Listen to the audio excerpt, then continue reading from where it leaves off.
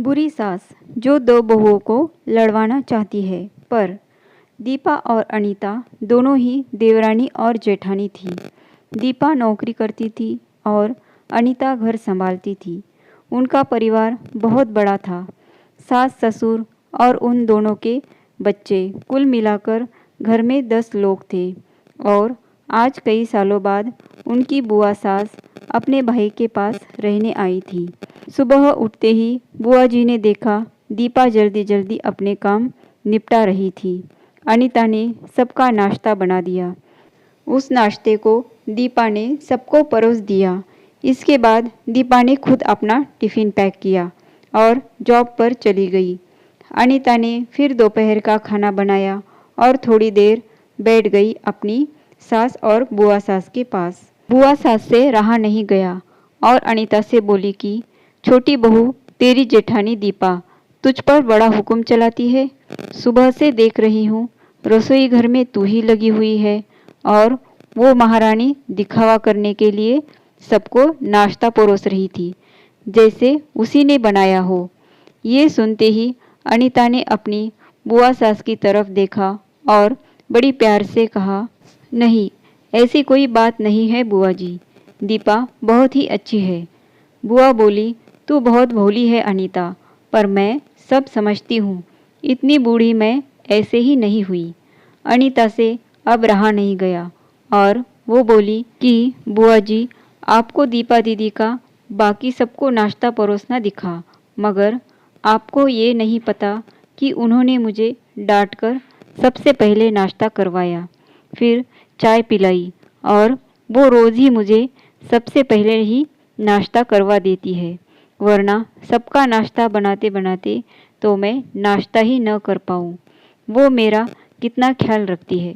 दीदी सुबह जल्दी उठकर मंदिर की सफाई करके फूल सजाकर रखती है और वो मुझे खुद से 1 घंटा लेट उठने को कहती है, क्योंकि मुझे उठते ही नहाकर सीधा रसोई में जाना पड़ता है। शाम को ऑफिस से आते वक्त दीदी बाज़ार से सब्जियां भी लेकर आती है, क्योंकि हमारे हस्बैंड रात को लेट हो जाते हैं।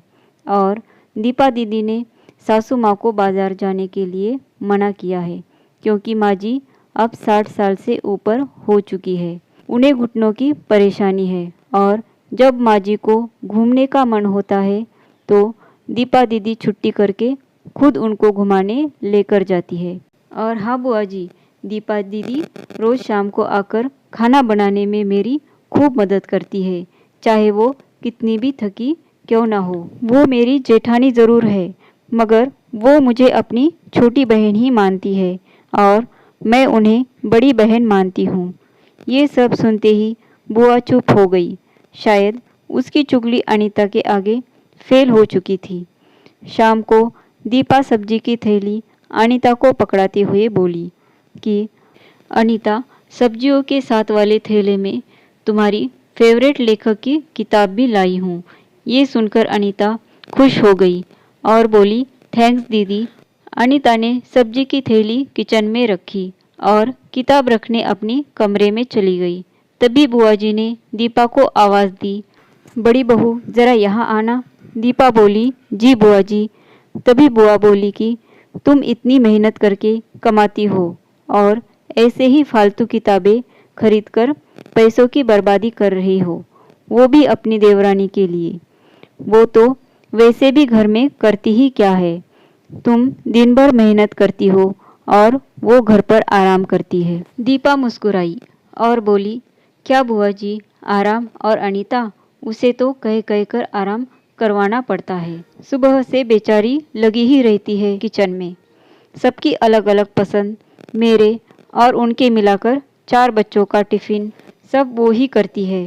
फिर भी उसके चेहरे पर हमेशा एक सुंदर सी मुस्कान ही रहती है। सुबह की चाय पीने का भी समय नहीं रहता उसे, और जब दोपहर बच्चे आते हैं फिर उनका खाना, उनकी पढ़ाई सब वही देखती है। वो है, इसीलिए मुझे बच्चों की चिंता भी नहीं रहती और मैं अपना पूरा ध्यान ऑफिस में लगा पाती हूँ। कुछ दिनों पहले ही प्रमोशन मिला है। मम्मी पापा की दवाई कब खत्म हुई और कब लाना है ये सब वो ही ध्यान रखती है। घर पर कभी कौन सा रिश्तेदार आता है, उनकी सेवा भी वही करती है। और बुआ जी, घर पर रहकर घर और बच्चे संभालना कोई छोटी बात नहीं है। उसे तो बस पढ़ने का ही शौक है। फिर क्या मैं अपनी छोटी बहन की छोटी सी इच्छा भी पूरी नहीं करूँगी? अब तो बुआ की पूरी तरह से ही बोलती बंद हो चुकी थी। फिर दीपा भी अपने कमरे में चली गई। ये सारी बातें दीपा की सास पीछे खड़ी हुई सुन रही थी। वो बुआ के पास आकर बोली कि जीजी, ये दोनों देवरानी जेठानी ज़रूर है, मगर इनका प्रेम दो सगी बहनों से भी ज़्यादा बढ़कर है।